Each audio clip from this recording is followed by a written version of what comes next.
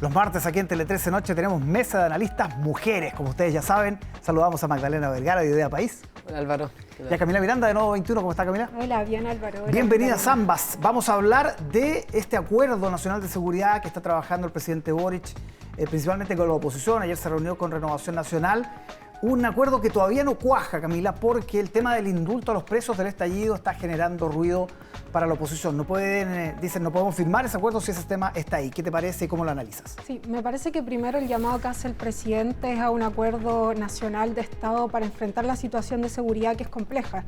Y ese llamado, a mi parecer, tiene que abocarse a la situación de seguridad o inseguridad que hoy día vivimos. Y me parece que es parte de una política de obstrucción poner el caso del indulto a las y los detenidos por el estallido social sobre la mesa. Me parece que hay que abocarse a discutir el problema de seguridad que hoy día enfrentamos y en ese sentido me parece más vitalizadora o nutritiva los comentarios que ha puesto desde el mismo sector sobre la mesa para fortalecer el proyecto, que por un lado habla de poner en tensión la idea de que los militares estén preparados para asumir funciones de orden público y en ese sentido, así como hay un mando civil, también hayan militares que estén preparados o que tengan una preparación al menos para enfrentarse a la ciudadanía, porque hemos visto casos en otros estados de excepción que no sería de esta fórmula, pero que sucedieron, en las cuales los militares no tenían herramientas para enfrentarse, ¿cierto?, a la protesta social.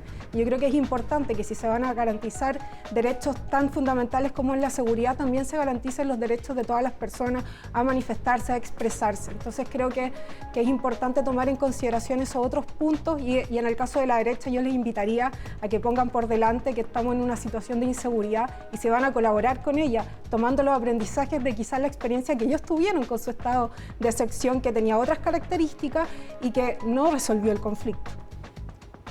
Sí, yo creo, o sea, no comparto con Camila en algunos puntos, porque yo creo que precisamente la razón por la cual no se da el vamos en el fondo por parte de la derecha tiene todo el sentido.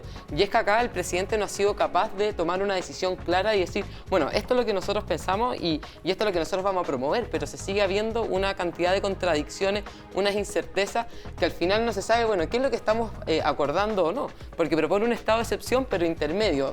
Sale diciendo que vamos a hacernos cargo de la delincuencia, pero pareciera todavía no entender la diferencia entre un preso y un preso político, o entre una manifestación y una balacera y una violencia. Entonces, ese tipo de incertidumbre yo creo que por supuesto que generan una gran contradicción y al menos una incertidumbre por parte de la derecha que quiere que se le den certezas respecto de cuál es el acuerdo en el que van a apoyar, porque yo creo que la disposición está, simplemente es decir, bueno, aquí lo que nosotros vamos a poner por delante es realmente la seguridad y la paz de la ciudadanía antes que indefiniciones que han fragmentado no solamente a la derecha, también han puesto en incomodidad a la propia izquierda y uno lo puede ver incluso en la discusión dentro de la constituyente. O sea, no puede ser que no haya al menos una capacidad de traer también a su propio conglomerado, a su propia gente a decir, bueno, ¿qué vamos a decir? Porque aquí también en la convención se están aprobando una serie de cosas que debilitan a los carabineros, que debilitan la posibilidad de establecer estados de excepción, la propia formas de manifestarse de forma pacífica. Entonces yo creo que hay varias cosas que aquí lamentablemente el presidente no ha sido capaz de aclarar y tampoco poner agenda, que es lo que sale perdiendo, ¿no es cierto? Porque vemos que a pesar de que lleva un par de meses todavía no es capaz de poner una agenda clara sobre cómo avanzar en estas temáticas. Quería hacer solo un punto, me parece que no es falta de certeza cuando uno tiene diferencias. Las certezas no son solo poner las medidas que la derecha piensa que son las más adecuadas para enfrentar la situación. O sea, eso es una posición. Pero la incerteza está en la contradicción entre los propios ministros, por ejemplo, al abordar el caso de un preso político o no. Y esa, cuando tú tienes a una vocera de gobierno que tiene que salir constantemente a desdecir los dichos de sus otros compañeros como ministerio, ahí claramente hay una contradicción. A mí no me parece, hay una propuesta, un proyecto de ley de amnistía en el caso de la y los presos por el estallido social, que el mismo ministro Jackson hace poco señaló que todavía no cuentan con los votos y están estudiando otras medidas porque eso fue un compromiso de gobierno, hacerse cargo de la situación que había abierto el proceso constituyente y que fue una situación específica y particular de nuestra historia, ¿cierto?, republicana. En ese sentido a mí me parece que no hay incertezas, hay una propuesta de camino diferente y propone una discusión al país que implica repensar las estrategias que se usaron antes. Y a la derecha nunca le ha acomodado, ¿cierto?, calibrar y tomar en cuenta que en algunas situaciones históricas hay escenarios que no son los mismos que en otros, es decir, es distinto lo que pasó durante el estallido y los delitos que hoy día con los cuales se está juzgando a muchas personas que llevan detenidas meses sin ser juzgadas y que lo cubre esta propuesta de amnistía. Yo tengo una pregunta para las dos. Este estado intermedio que propone el gobierno, que no es un estado de excepción, pero es resguardo de caminos, de infraestructura crítica, ¿es viable, Magdalena? Algo comentamos de esto la vez pasada. Yo creo que es insuficiente y ese es el problema. Y precisamente es insuficiente porque no se hace cargo realmente de restablecer la paz, de hacer uso de todas las herramientas que él tiene. Y eso es parte de un incumplimiento del deber propio del Estado de hacer uso en el fondo de la fuerza cuando corresponde para resguardar a los ciudadanos. Y porque acá no solamente el problema está en los caminos, no solamente son los trabajadores, yo lo decía la vez pasada también, aquí quienes están sufriendo son las propias comunidades, los niños que no pueden asistir al colegio porque se encuentran, porque les incendian sus colegios. Entonces, eso es lo que nosotros nos podemos seguir aceptando y esa es la incerteza que en el fondo plantea el presidente cuando no es capaz, porque en una alternativa distinta, en un contexto distinto, hoy día, en la situación en la que estamos como país, no es capaz de dar una agenda clara de cómo avanzar y cómo hacernos cargo entonces de los problemas de violencia que estamos viviendo. ¿Cómo se viabiliza esta alternativa? A mí me parece que hay una cuestión que tiene que ver con la seguridad de los caminos y había una demanda ciudadana no solamente de quienes hoy han obstruido las carreteras últimamente, sino de mucha ciudadanía que legítimamente debería poder transitar por la ruta. Pero me parece que esto se complementa con otros anuncios y una discusión que hay que abrir. Por un lado, hubo nombramientos de la CONADI, que es la que está encargada también de hacerse cargo de algunas dimensiones de restitución de tierra, y hay un debate también abierto que es importante poner sobre la mesa sobre una política con veedores internacionales que sea capaz de sentar a las partes sobre la mesa, porque de lo contrario vamos a estar pensando que con tener una política de excepción, que en el caso del estado de excepción que hoy día tenemos, no el que se está presentando, restringe derecho, eso resuelve el problema, no lo resuelve. Entonces, hoy día se quiere, cierto, tomar una situación que es real, asegurar el camino, la seguridad de las personas, pero por otro lado a mí me parece que tiene que avanzar con una política desde ya que implique hacerse cargo del conflicto de fondo, en el cual implica al Estado de Chile, a comunidades distintas del pueblo mapuche y también a las forestales. El problema ahí, perdón Álvaro, que a mí me parece bien, pero aquí se está simplemente sesgando el tema, porque las comunidades son las familias, las comunidades son aquellos pueblos indígenas que están siendo afectados hoy día por grupos terroristas. Y el ponerse a sentar grupos terroristas complejos. Por eso hay distintas comunidades, pero dentro no podemos simplemente minimizar el hecho de atentados terroristas que están ocurriendo en el sur.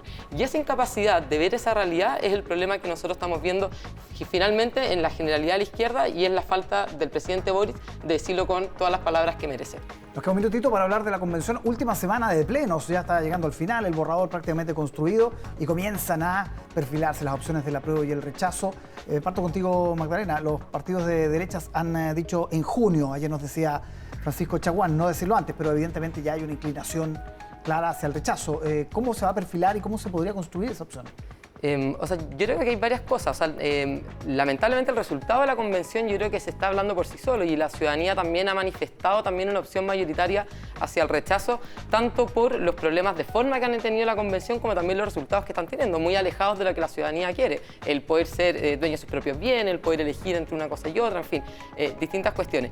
Pero aquí lo que es claro es que el camino que se tenga que construir no es simplemente decir un rechazo a seca, sino que aquí tenemos que dar una salida a los anhelos de la ciudadanía, a las situaciones de cambio que se necesitan dentro de nuestro país para hacernos cargo de las urgencias sociales. Yo creo que ese es el camino que la derecha debiera tomar y ser capaz de instalar hacia la ciudadanía. El apruebo se ve con menos fuerza que hace algún tiempo. ¿Sabes qué? Me parece que quienes estamos por apoyar este proceso constituyente hemos estado contribuyendo a que la convención llegue al final de su tarea y recién está partiendo la fase final versus una campaña del rechazo que partió el día 1 que se aprobó el proceso constituyente. Yo diría que el día del acuerdo hubo una decisión de no abrirse un cambio sustantivo en el país.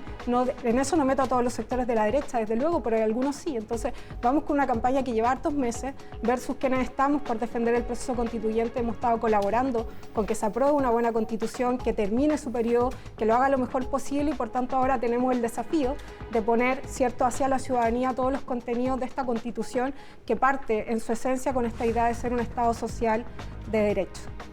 Muy corto esta posibilidad de meter en el sistema de justicia los artículos rechazados en el sistema político, el tema de la insistencia ante la Cámara de las Regiones, el tema de los independientes. ¿Leguleyada o válido?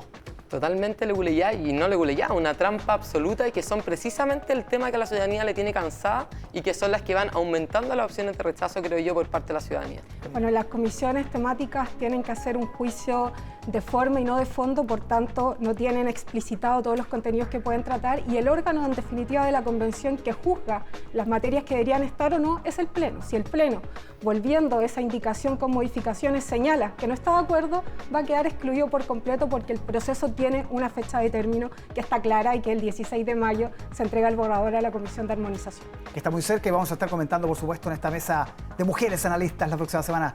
Magdalena, Camila, muchísimas gracias por estar con nosotros esta noche. Que estén muy bien.